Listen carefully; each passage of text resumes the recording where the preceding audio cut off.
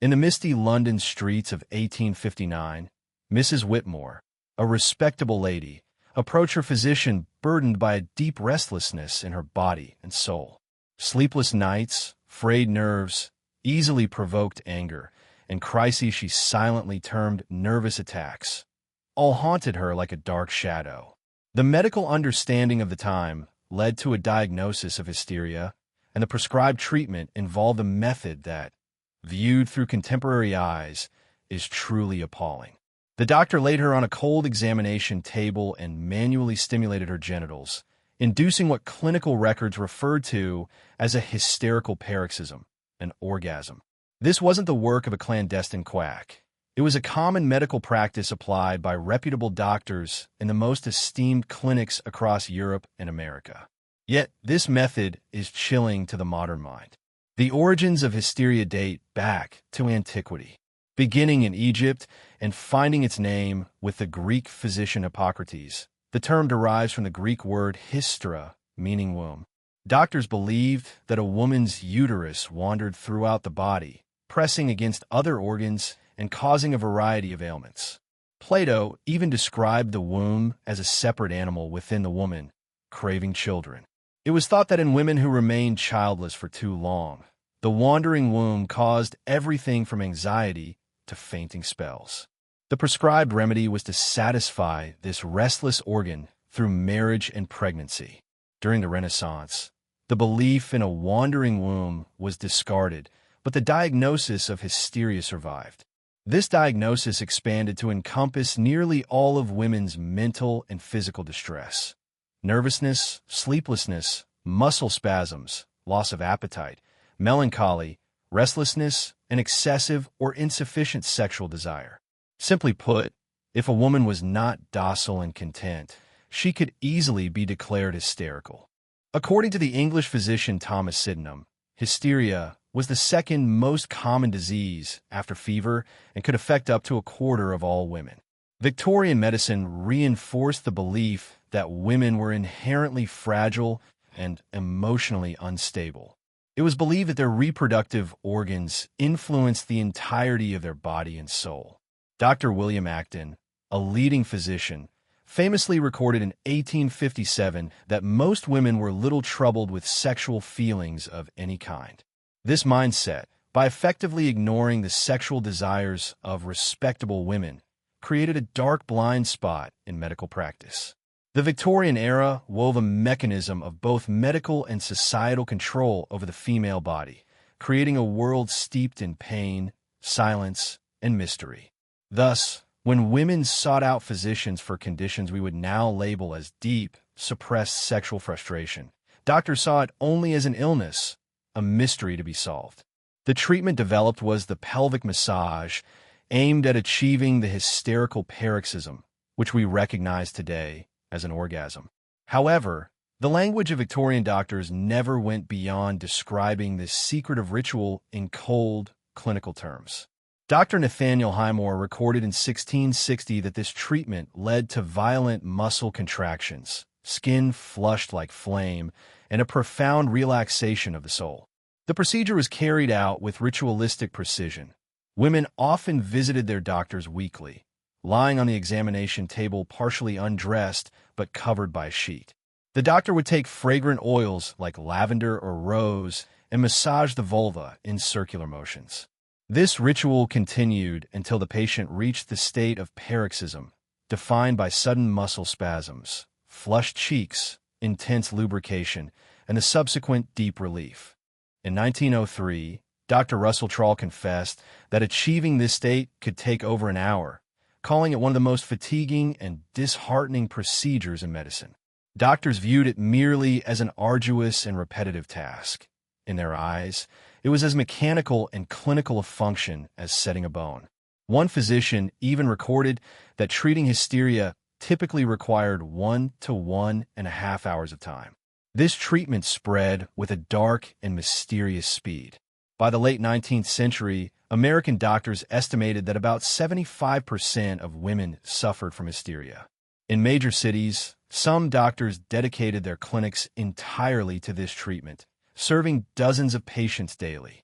Dr. Taylor's clinic in New York promised relief from female complaints and nervous exhaustion and employed multiple doctors to meet the demand. Records from the period show women scheduling weekly or bi-weekly sessions for years. However, this ritual was not limited to clinics.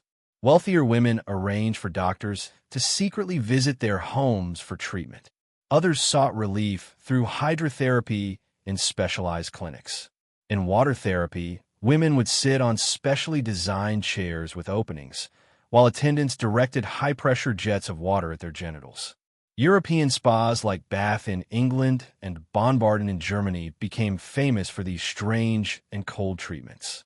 Patients would stay at these facilities for weeks, undergoing multiple sessions a day. Historian Rachel Maines detailed the workings of these hydrotherapy sessions in her work, The Technology of Orgasm. French physicians called it the ladouche pelvien, or pelvic douche. An advertisement published in Baden in 1875 promised that feminine vitality would be fully restored through the scientific use of thermal waters. Many women left the clinic feeling of freshness, renewal, and uncanny relaxation in their bodies and souls after the treatment. In the hazy and gloomy times of the 1880s, the physician Dr. Joseph Mortimer Granville faced a problem of trembling and cramping hands. The toll of countless hysteria treatments applied over days felt like a curse on his fingers. With some patients' treatments lasting over an hour, his hands could no longer endure the ominous ritual. Granville's solution led to a dark and silent revolution, the birth of the electric vibrator. This pulsating device, known as the percussor, was powered by electricity, generating deep and rapid vibrations, and solving the mysterious ailments of the female body in minutes. Although Granville claimed it was only designed to treat male muscle diseases, physicians emerging from the shadows quickly began applying the device to the bodies of their hysterical patients. Within a decade, the medical market was flooded with these vibrating devices in various models. The Wise Company's 1906 catalog listed over 20 types with names that are chilling just to hear. Advertisements published in medical journals boasted of this frightening efficiency. The Chattanooga vibrator claimed to alleviate hysterical symptoms in under 10 minutes. By 1900, vibrators had become the fifth most popular electric device in American homes. Sold alongside sewing machines and toasters, they silently made their presence known in the dark corners of houses. In the 1908 Sears catalogs, these home vibrators were promoted as highly useful and gratifying, marketed under an explicit but medical mask. A 1910 advertisement depicted a woman applying the vibrator to her face with the caption, "Vibration is life. The secret of the ages revealed by vibration."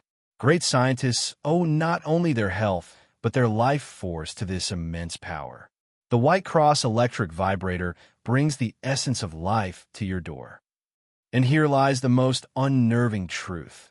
Neither the physicians, the manufacturers, nor the patients understood the sexual nature of what was happening. Doctors published lengthy clinical papers on inducing the hysterical paroxysm, but never associated it with a sexual climax. Why? Because Victorian medicine had erased female sexuality like a dark shadow.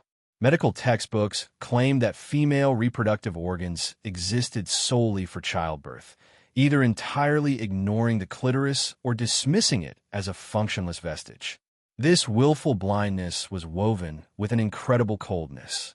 Dr. John Harvey Kellogg, the man who invented cornflakes, used the vibrator to treat hysteria in his own sanitarium while simultaneously leading a moral crusade against masturbation, branding it as a dangerous perversion.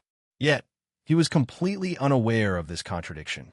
Physicians spent their days bringing women to orgasm for therapeutic purposes, only to return home in the evening claiming their wives had no sexual desires whatsoever. The dark logic of this denial pushed the limits of human reason. In contrast, some women sensed what was happening, carrying a hidden resistance with quiet awareness. Their consciousness of these shadows was silently recorded in private diaries. In 1892, an anonymous woman wrote in her diary, "My weekly appointments with Dr. Harrison have fully restored my spirits. I look forward to Thursday afternoons with impatience. Another woman recorded, "The treatment, though unusual, provides a relief that no medicine or tonic can achieve."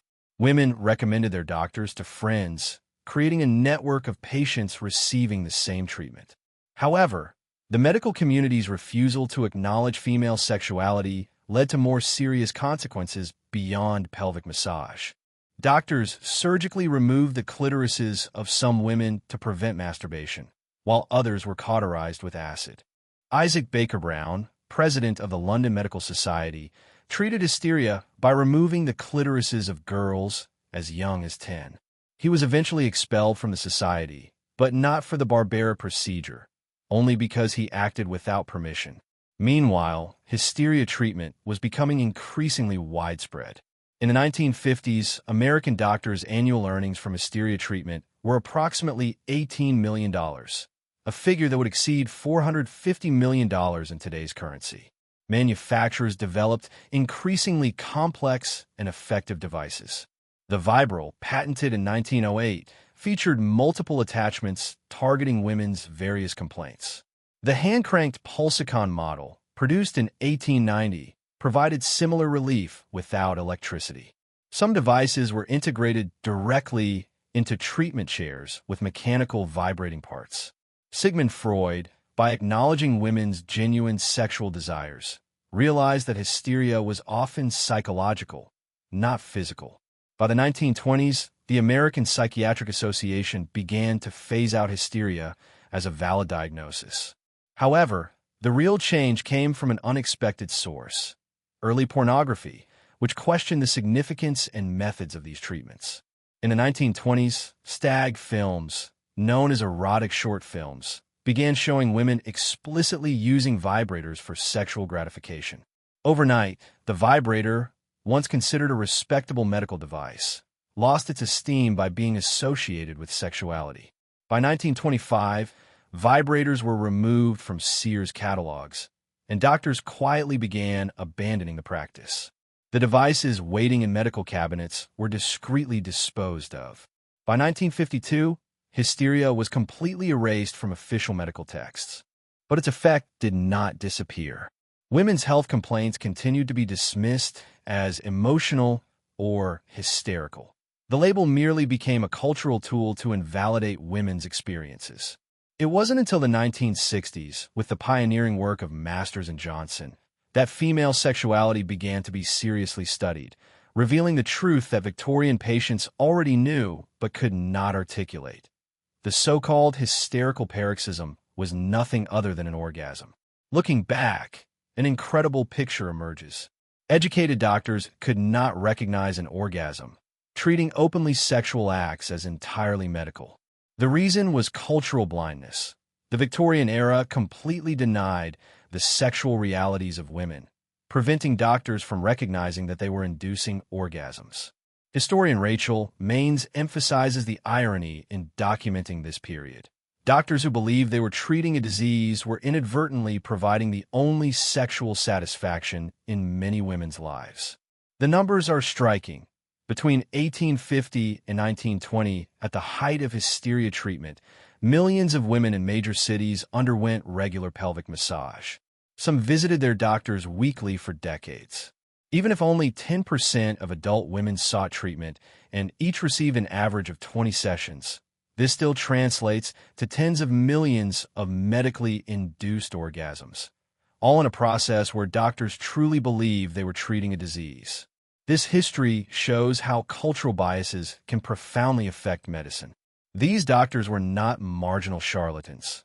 They were the most respected physicians of their time, trained in elite medical schools, following accepted protocols. Yet, the Victorian social pressure was so effective that they could not see the reality unfolding beneath their very hands. So the next time someone dismisses women's health complaints as hysteria, remember this history.